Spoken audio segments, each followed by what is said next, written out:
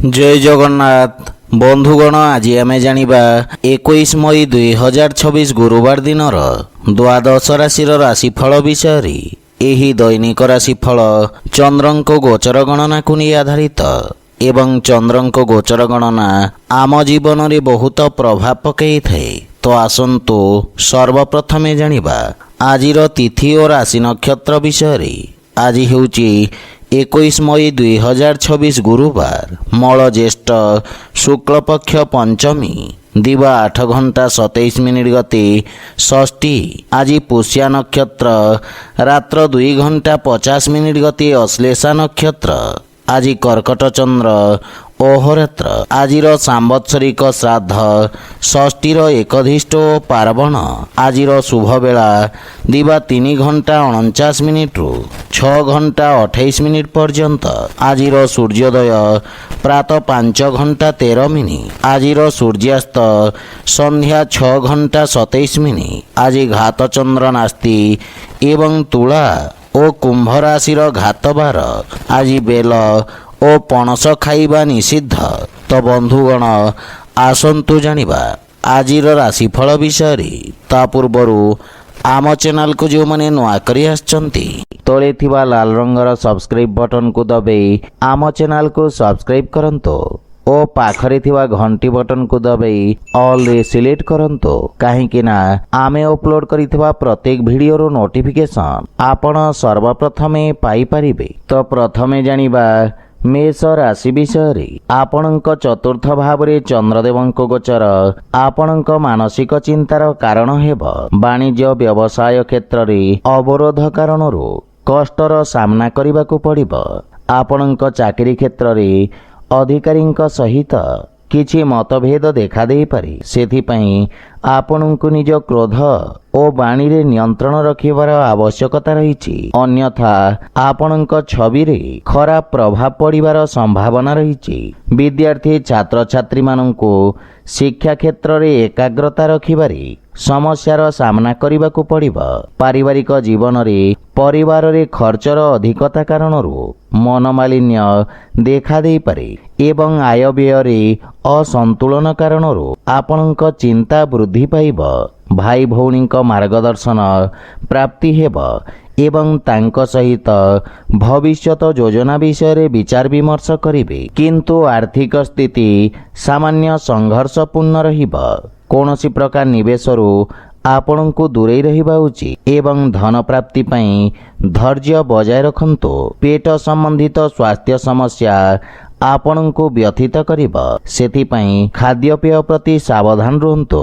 आज आपण ओं श्री महालक्ष्मी नमः मंत्र जप करंतो शुभ फल पाइबे। वृष राशि आपणଙ୍କ राशि स्थानरू तृतीय भाव रे चंद्रदेवंक गोचर आपणଙ୍କ पराक्रम रे वृद्धि करिब। आपण निज बुद्धि बल एवं कौशल बल रे शत्रु को पराजित करिवे। चिकित्सा क्षेत्र जड़ित व्यक्तिंक ख्यातिर विस्तार हेब। राजकीय कर्मचारी मानक पई दिनटी व्यस्तता बहुल रहिब। नुआ दायित्व भार सहित स्थानांतरणर मध्य संभावना रहिछि एवं पारिवारिक जीवन रे भाई भौणीक सहयोगरू अटकीथिबा कार्य रे गति आसिब। विदेश स्रोतरू सुखद समाचार पाई प्रसन्नता अनुभव करिवे एवं पारिवारिक जीवन मध्य सुखमय रहिब। संतान पक्षरु सुखद समाचार प्राप्ति हेब। किंतु प्रेम जीवन रे समयर अभाव कारणरू पारस्परिक मतभेदर संभावना रहिछि। आर्थिक स्थिति उत्तम अनुकूल रहिब एवं पूर्वरु थिबा आर्थिक चिंतारू मुक्ति मिलिब। मातांक स्वास्थ्यावस्थार विषय ध्यान रखंतो। आज आपण गोमाता को खाइबा को दियंतो शुभ फल पाइबे। मिथुन राशि आपणଙ୍କ द्वितीय भाव रे चंद्रदेवंक गोचर कारणरू समाज रे आपणଙ୍କ मान सम्मान और पद प्रतिष्ठा रे वृद्धि घटिब। आपणଙ୍କ समस्त कार्य सफलता पूर्वक समाप्त हेब। विद्यार्थी छात्र छात्री माने निज अभिव्यक्ति क्षमता रे विकास अनुभव करिवे ଏବଂ ଆପଣ ନିଜ ମଧୁର ବାଣୀରେ ସମସ୍ତଙ୍କୁ ପ୍ରଭାବିତ କରିବେ। ସମାଜରେ ଆପଣଙ୍କ ସକାରାତ୍ମକ ଛବିର ନିର୍ମାଣ ହେବ ଏବଂ କାର୍ଯ୍ୟକ୍ଷେତ୍ରରେ ସମ୍ବନ୍ଧର ଲାଭ ମିଳିବ। ପାରିବାରିକ ଜୀବନରେ ପରିବାର ସଦସ୍ୟଙ୍କ ପୂର୍ଣ୍ଣ ସହଯୋଗ ପ୍ରାପ୍ତି ହେବ ଏବଂ ପାରିବାରିକ ଦୂରତ୍ୱର ସମାପ୍ତ ହେବ। ପାରିବାରିକ ଜୀବନରେ ହସ ଖୁସିର ବାତାବରଣ ଲାଗି ରହିବ। ଭାଇ ଭଉଣୀଙ୍କ ସହିତ ଆପଣ ଉତ୍ତମ ସମୟ ବ୍ୟତୀତ କରିବେ। ସନ୍ତାନଙ୍କ କାର୍ଯ୍ୟରେ ଆପଣ ଖୁସି ଅନୁଭବ କରିବେ ଏବଂ ପ୍ରେମ ଜୀବନ ପାଇଁ ମଧ୍ୟ ସମୟ ଅତ୍ୟନ୍ତ ଶୁଭ ରହିଛି। ଆର୍ଥିକ ସ୍ଥିତି କ୍ଷେତ୍ରର ବିକାଶ ହେବ ଏବଂ ନୂଆ ସମ୍ବନ୍ଧରେ ଆୟର ସ୍ରୋତରେ ବୃଦ୍ଧି ହେବ। ସ୍ୱାସ୍ଥ୍ୟାବସ୍ଥା ସାମାନ୍ୟ ରହିବ ଏବଂ ପୁରୁଣା ସ୍ୱାସ୍ଥ୍ୟ ସମସ୍ୟାରୁ ମୁକ୍ତି ମିଳିବ ତଥା ମାନସିକ ଶାନ୍ତି ଲାଗି ରହିବ। ଆଜି ଆପଣ କୌଣସି ଅସହାୟ ରୋଗୀଙ୍କୁ ଔଷଧର ଦାନ କରନ୍ତୁ, ଶୁଭ ଫଳ ପାଇବେ। କର୍କଟ ରାଶି, ଆପଣଙ୍କ ରାଶି ସ୍ଥାନରୁ ଚନ୍ଦ୍ରଦେବଙ୍କ ଗୋଚର ପୂର୍ବରୁ ଲାଗି ରହିଥିବା କିଛି ସମସ୍ୟାରୁ ମୁକ୍ତି ପ୍ରଦାନ କରିବ। ଆପଣଙ୍କ ବ୍ୟବହାରରେ ସକାରାତ୍ମକ ପରିବର୍ତ୍ତନ ହେବ, ଯାହା ଆପଣଙ୍କୁ କିଛି ଖରାପ ଅଭ୍ୟାସରୁ ମୁକ୍ତି ପ୍ରଦାନ କରିବ। ସମାଜରେ ଆପଣଙ୍କ ଛବିରେ ସକାରାତ୍ମକ ପରିବର୍ତ୍ତନ ହେବାକୁ ଲାଗିବ। ପାରିବାରିକ ଜୀବନରେ ପାରିବାରିକ ସହଯୋଗରୁ ଆପଣ ନିଜ ସମସ୍ତ ବିଗିଡ଼ିଥିବା କାର୍ଯ୍ୟରେ ପ୍ରଗତି ଅନୁଭବ କରିବେ। ଅଜା, ଆଈ ତଥା କୌଣସି ବୃଦ୍ଧ ବ୍ୟକ୍ତିଙ୍କ ସହାୟତାର ଅବସର ଆପଣଙ୍କୁ ମାନସିକ ଶାନ୍ତି ବା ପ୍ରସନ୍ନତାର ଅନୁଭବ କରାଇବ। ପରିବାର ସଦସ୍ୟଙ୍କ ସମ୍ବନ୍ଧରେ ପରସ୍ପର ସହଯୋଗ ଓ ପ୍ରେମ ଭାବ ରହିବ, କିନ୍ତୁ ଆପଣ ନିଜ ଅହଙ୍କାର ପ୍ରବୃତ୍ତିର ତ୍ୟାଗ କରନ୍ତୁ। ଆର୍ଥିକ ସ୍ଥିତିରେ ପୂର୍ବରୁ ଲାଗି ରହିଥିବା ଆର୍ଥିକ ସମସ୍ୟାରୁ ମୁକ୍ତି ମିଳିବ, କିନ୍ତୁ ଅନାବଶ୍ୟକ ଖର୍ଚ୍ଚରେ ନିୟନ୍ତ୍ରଣର ନିତ୍ୟାନ୍ତ ଆବଶ୍ୟକ ରହିଛି। ସ୍ୱାସ୍ଥ୍ୟାବସ୍ଥାରେ ମାନସିକ ଶାନ୍ତି ଏବଂ ଏକ ନୂଆ ଉତ୍ସାହର ଅନୁଭବ କରିବେ। ଆଜି ଆପଣ ଅସହାୟ ବ୍ୟକ୍ତିଙ୍କୁ ସାହାଯ୍ୟ କରନ୍ତୁ, ଶୁଭ ଫଳ ପାଇବେ। ସିଂହ ରାଶି, ଆପଣଙ୍କ ଦ୍ୱାଦଶ ଭାବରେ ଚନ୍ଦ୍ରଦେବଙ୍କ ଗୋଚର ଆପଣଙ୍କୁ ଆର୍ଥିକ ରୂପରେ କିଛି ସଂଘର୍ଷ କରିବାକୁ ପଡ଼ିବ। ବୁଝି ବିଚାରି କରାଯାଇଥିବା ନିବେଶ ଆପଣଙ୍କ ଲମ୍ବା ଅବଧିର କାରଣ ହେବ। ସାମାଜିକ କଲ୍ୟାଣକାରୀ କାର୍ଯ୍ୟରେ ଆପଣ ପ୍ରସନ୍ନତା ସହିତ ସହଯୋଗ କରିବେ, କିନ୍ତୁ ଆପଣଙ୍କ ବାଣୀ ଓ କ୍ରୋଧରେ ନିୟନ୍ତ୍ରଣ ରଖିବାର ନିତ୍ୟାନ୍ତ ଆବଶ୍ୟକ ରହିଛି। ପାରିବାରିକ ଜୀବନରେ ଖର୍ଚ୍ଚର ଅଧିକତା ବାଦବିବାଦର କାରଣ ହେବ, ସେଥିପାଇଁ ଯେକୌଣସି ନିର୍ଣ୍ଣୟ ବୁଝି ବିଚାରି ନିଅନ୍ତୁ। ଧାର୍ମିକ ଆଧ୍ୟାତ୍ମିକ ପୂଜାପାଠ ପ୍ରତି ଆପଣଙ୍କ ରୁଚି ବଢ଼ିବ। ଗୃହ ପରିବାରର ସମସ୍ତ ସମସ୍ୟାର ସମାଧାନ ଧୈର୍ଯ୍ୟ ସହିତ କରିବାରେ ଆପଣ ସଫଳ ହେବେ ଏବଂ ପାରିବାରିକ ସୁଖ ସୁବିଧାରେ ଆପଣ ଖର୍ଚ୍ଚ କରିବେ। ଆର୍ଥିକ ସ୍ଥିତି କ୍ଷେତ୍ରରେ ଆର୍ଥିକ ପକ୍ଷ ମଜବୁତ ହେବାକୁ ଲାଗିବ, କିନ୍ତୁ ନିଜ ଖର୍ଚ୍ଚରେ ନିୟନ୍ତ୍ରଣ ବଜାୟ ରଖନ୍ତୁ। ସ୍ୱାସ୍ଥ୍ୟାବସ୍ଥାରେ ମାନସିକ ରୂପରେ ଭାବୁକ ଓ ସମ୍ବେଦନଶୀଳ ରହିବେ, କିନ୍ତୁ ପ୍ରାଣାୟାମ ଦ୍ୱାରା ଏକାଗ୍ରତା ତଥା ମାନସିକ ଦୃଢ଼ତାର ବିକାଶ ହେବ। ଆଜି ଆପଣ ସୂର୍ଯ୍ୟଦେବଙ୍କୁ ଜଳ ଅର୍ପଣ କରନ୍ତୁ, ଶୁଭ ଫଳ ପାଇବେ। କନ୍ୟା ରାଶି, ଆପଣଙ୍କ ଏକାଦଶ ଭାବରେ ଚନ୍ଦ୍ରଦେବଙ୍କ ଗୋଚର ଏପର୍ଯ୍ୟନ୍ତ କରିଥିବା ପରିଶ୍ରମର ଶୁଭ ପରିଣାମ ପ୍ରଦାନ କରିବ। ଆପଣଙ୍କ କାର୍ଯ୍ୟରେ ଯୋଜନା ଅନୁସାରେ ଗତି ଆସିବ ଏବଂ କୌଣସି ନୂଆ ବ୍ୟବସାୟର ପ୍ରାରମ୍ଭ କରିବା ପାଇଁ ସମୟ ଆପଣଙ୍କ ପାଇଁ ଅତ୍ୟନ୍ତ ଶୁଭ ରହିଛି ତଥା ଏହି ଅବଧି ଆପଣଙ୍କ କାର୍ଯ୍ୟକ୍ଷେତ୍ରରେ ଉତ୍ତମ ସକାରାତ୍ମକ ପରିଣାମ ପ୍ରଦାନ କରିବ। ସୋସିଆଲ ମିଡ଼ିଆରେ ଆପଣଙ୍କ ଖ୍ୟାତିରେ ବୃଦ୍ଧି ଘଟିବ ଏବଂ ପାରିବାରିକ ଜୀବନରେ ପାରିବାରିକ ସଦସ୍ୟଙ୍କ ପୂର୍ଣ୍ଣ ସମର୍ଥନ ଆପଣଙ୍କୁ ପ୍ରାପ୍ତି ହେବ।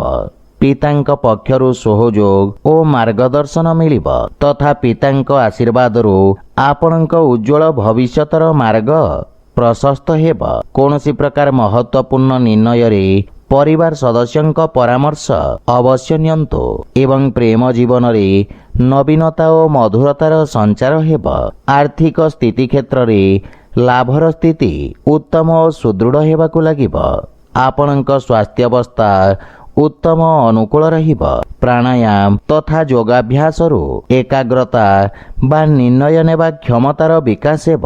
ଆଜି ଆପଣ ଭଗବାନ ଗଣେଶଙ୍କୁ ଦୁବ ଅର୍ପଣ କରନ୍ତୁ, ଶୁଭଫଳ ପାଇବେ। ତୁଳା ରାଶି, ଆପଣଙ୍କ ରାଶି ସ୍ଥାନରୁ ଦଶମ ଭାବରେ ଚନ୍ଦ୍ରଦେବଙ୍କ ଗୋଚର ଆପଣଙ୍କ କାର୍ଯ୍ୟକ୍ଷେତ୍ରରେ ଯୋଜନାବଦ୍ଧ ଭାବରେ କିଛି ରଚନାତ୍ମକ ପରିବର୍ତ୍ତନ କରିବା ପାଇଁ ପ୍ରେରିତ କରିବ ଏବଂ ନୂଆ ପରିଯୋଜନାର ପ୍ରାରମ୍ଭ କରିବେ। ଆପଣ ନିଜ ବାଣିଜ୍ୟ ବ୍ୟବସାୟକୁ ଏକ ନୂଆ ଦିଗ ଦେବାରେ ସକ୍ଷମ ହେବେ ଏବଂ ଭାଗ୍ୟ ପୂର୍ଣ୍ଣ ଭାବରେ ଆପଣଙ୍କ ସହିତ ରହିବ। ବିଦ୍ୟାର୍ଥୀ ଛାତ୍ରଛାତ୍ରୀମାନଙ୍କୁ ଆପେକ୍ଷିତ ସଫଳତା ପ୍ରାପ୍ତି ହେବ ଏବଂ ପାରିବାରିକ ଜୀବନରେ ପରିବାର ସଦସ୍ୟଙ୍କ ପୂର୍ଣ୍ଣ ସହଯୋଗ ଆପଣଙ୍କ ଉପରେ ଲାଗି ରହିବ।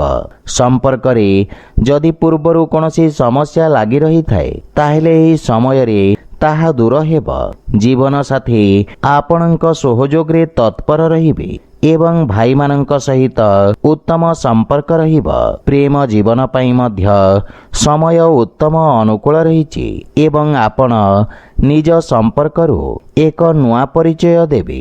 ଆର୍ଥିକ ସ୍ଥିତି ଉତ୍ତମ ଅନୁକୂଳ ରହିବ। ଲମ୍ବା ଅବଧିର ନିବେଶରୁ ବିଶେଷ ଲାଭ ମିଳିବ। ସ୍ୱାସ୍ଥ୍ୟାବସ୍ଥା ଉତ୍ତମ ଅନୁକୂଳ ରହିଛି କିନ୍ତୁ ଜଳର ସେବନ ଉଚିତ ମାତ୍ରାରେ କରନ୍ତୁ କିନ୍ତୁ ତ୍ୱଚା ସମ୍ବନ୍ଧିତ ସ୍ୱାସ୍ଥ୍ୟ ସମସ୍ୟାରୁ ମୁକ୍ତି ମିଳିବ। ଆଜି ଆପଣ ଭଗବାନ ବିଷ୍ଣୁ ତଥା ମାତା ଲକ୍ଷ୍ମୀଙ୍କ ସଂଯୁକ୍ତ ଉପାସନା କରନ୍ତୁ।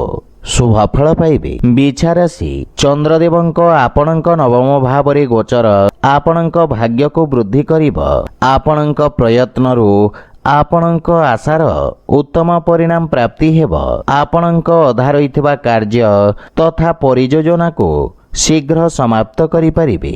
ମାନସିକ ସନ୍ତୁଷ୍ଟି ବା ଶାନ୍ତି ଅନୁଭବ କରିବେ। ପୂର୍ବରୁ ଅଟକି ରହିଥିବା ବକେୟା ଧନ ଆଜି ଆପଣ ଫେରି ପାଇବେ ଏବଂ ପାରିବାରିକ ଜୀବନରେ ପରିବାରରେ ସୁଖ ଶାନ୍ତିର ବାତାବରଣ ଲାଗି ରହିବ।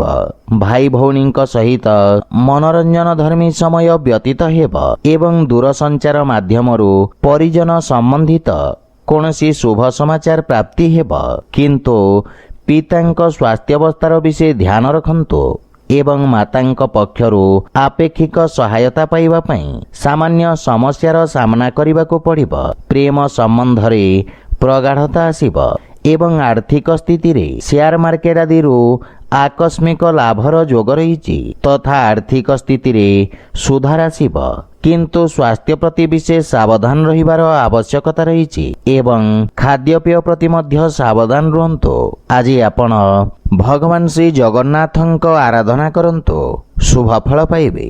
ଧନୁରାଶି, ଆପଣଙ୍କ ଅଷ୍ଟମ ଭାବରେ ଚନ୍ଦ୍ରଦେବଙ୍କ ଗୋଚର କାରଣରୁ ଆପଣଙ୍କ ସମସ୍ତ କାର୍ଯ୍ୟରେ ଆପଣଙ୍କୁ ସମସ୍ତ ପ୍ରକାର କାର୍ଯ୍ୟରେ ସାବଧାନ ରହିବାର ଆବଶ୍ୟକତା ରହିଛି। ବୁଝି ବିଚାରି ନିଆଯାଇଥିବା ନିର୍ଣ୍ଣୟରୁ ଆପଣଙ୍କୁ ବିଶେଷ ଲାଭ ପ୍ରାପ୍ତି ହେବ ଏବଂ କୌଣସି ନୂଆ କାର୍ଯ୍ୟ ପ୍ରାରମ୍ଭ କରିବା ପାଇଁ ସମୟ ଉପଯୁକ୍ତ ନୁହେଁ। ବିଦ୍ୟାର୍ଥୀ ଛାତ୍ରଛାତ୍ରୀମାନଙ୍କୁ ଏକାଗ୍ରତା ବଜାୟ ରଖିବା ପାଇଁ ଅଧିକ ପରିଶ୍ରମ କରିବାକୁ ପଡ଼ିବ। ପାରିବାରିକ ଜୀବନରେ ଜୀବନସାଥୀଙ୍କ ସ୍ୱାସ୍ଥ୍ୟ ସମ୍ବନ୍ଧିତ କିଛି ସମସ୍ୟା ଆପଣଙ୍କୁ ଚିନ୍ତିତ କରିବ। ପରିବାରରେ ମାତା ପିତାଙ୍କ ସହଯୋଗ ମିଳିବ ଏବଂ କିଛି ସମ୍ପତ୍ତି ସମ୍ବନ୍ଧିତ ବ୍ୟୟ ଆପଣଙ୍କୁ ଚିନ୍ତିତ କରିବ। ଭାଇ ଭଉଣୀଙ୍କ ସମ୍ବନ୍ଧରେ ସୁଧାର ଆସିବ। ପ୍ରେମ ସମ୍ବନ୍ଧ ପାଇଁ ସମୟ ବିଶେଷ ସହାୟକ ନୁହେଁ।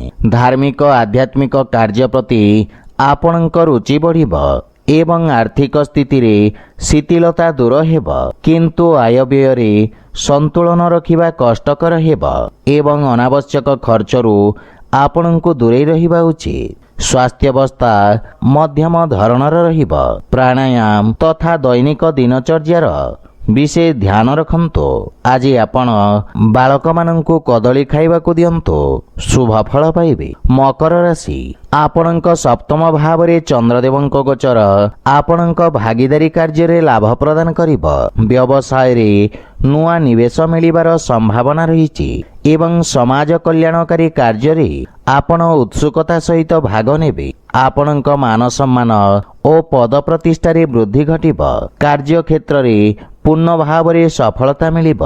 ରାଜକୀୟ ପକ୍ଷରୁ ମଧ୍ୟ ପ୍ରୋତ୍ସାହନ ପ୍ରାପ୍ତି ହେବ ଏବଂ ରାଜନୈତିକ ବିସ୍ତାର ପାଇଁ ସମୟ ଅତ୍ୟନ୍ତ ଶୁଭ ରହିଛି। ପାରିବାରିକ ଜୀବନରେ ଜୀବନସାଥୀଙ୍କ ସହଯୋଗ କାର୍ଯ୍ୟକ୍ଷେତ୍ରରେ ବିଶେଷ ଲାଭଦାୟକ ସିଦ୍ଧ ହେବ।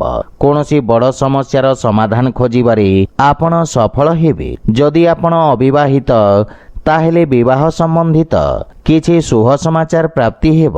ପିତାଙ୍କ ସେବା କରି ଆପଣ ଆଶୀର୍ବାଦ ପାଇପାରିବେ। ବନ୍ଧୁମିତ୍ରଙ୍କ ପକ୍ଷରୁ ପୂର୍ଣ୍ଣ ସହଯୋଗ ମିଳିବ ଏବଂ ଭାଇଙ୍କ ସହିତ କୌଣସି ନୂଆ କାର୍ଯ୍ୟ ଯୋଜନା ବିଷୟରେ ଚର୍ଚ୍ଚା କରିବେ। ଆର୍ଥିକ ସ୍ଥିତି କ୍ଷେତ୍ରରେ ସମୟ ଅନୁକୂଳ ରହିଛି ଏବଂ ଆୟର ନୂଆ ସ୍ରୋତର ବିକାଶ ହେବ। ଆପଣଙ୍କ ସ୍ୱାସ୍ଥ୍ୟାବସ୍ଥା ଉତ୍ତମ ଅନୁକୂଳ ରହିଛି। ବିଶେଷ ରୂପରେ ହୃଦୟ ସମ୍ବନ୍ଧିତ ରୋଗୀ ସ୍ୱାସ୍ଥ୍ୟାବସ୍ଥାର ଧ୍ୟାନ ରଖନ୍ତୁ। ଆଜି ଆପଣ ହନୁମାନ ଚାଳିଶା ପାଠ କରନ୍ତୁ, ଶୁଭଫଳ ପାଇବେ। କୁମ୍ଭ ରାଶି, ଆପଣଙ୍କ ଷଷ୍ଠ ଭାବରେ ଗୋଚରରତ ଚନ୍ଦ୍ରଦେବ ଆପଣଙ୍କ ଶତ୍ରୁଙ୍କୁ ଦମନ କରିବେ। ଲମ୍ବା ସମୟରୁ ଚାଲି ଆସୁଥିବା ଆପଣଙ୍କ ସମସ୍ୟା ସମାପ୍ତ ହେବାର ସମ୍ଭାବନା ରହିଛି। ଆପଣ ନିଜ କାର୍ଯ୍ୟକ୍ଷେତ୍ରରେ ନିଜକୁ ସମର୍ଥ ତଥା ଊର୍ଜାବାନ ଅନୁଭବ କରିବେ ଏବଂ କାର୍ଯ୍ୟକ୍ଷେତ୍ରରେ ପଦୋନ୍ନତିର ପ୍ରବଳ ଯୋଗ ରହିଛି। ବିଦ୍ୟାର୍ଥୀ ଛାତ୍ରଛାତ୍ରୀମାନଙ୍କ ପାଇଁ ସମୟ ଫଳଦାୟକ ରହିଛି ତଥା ଆପଣ ପରିଶ୍ରମ କରି ସଫଳତା ଅର୍ଜନ କରିବେ।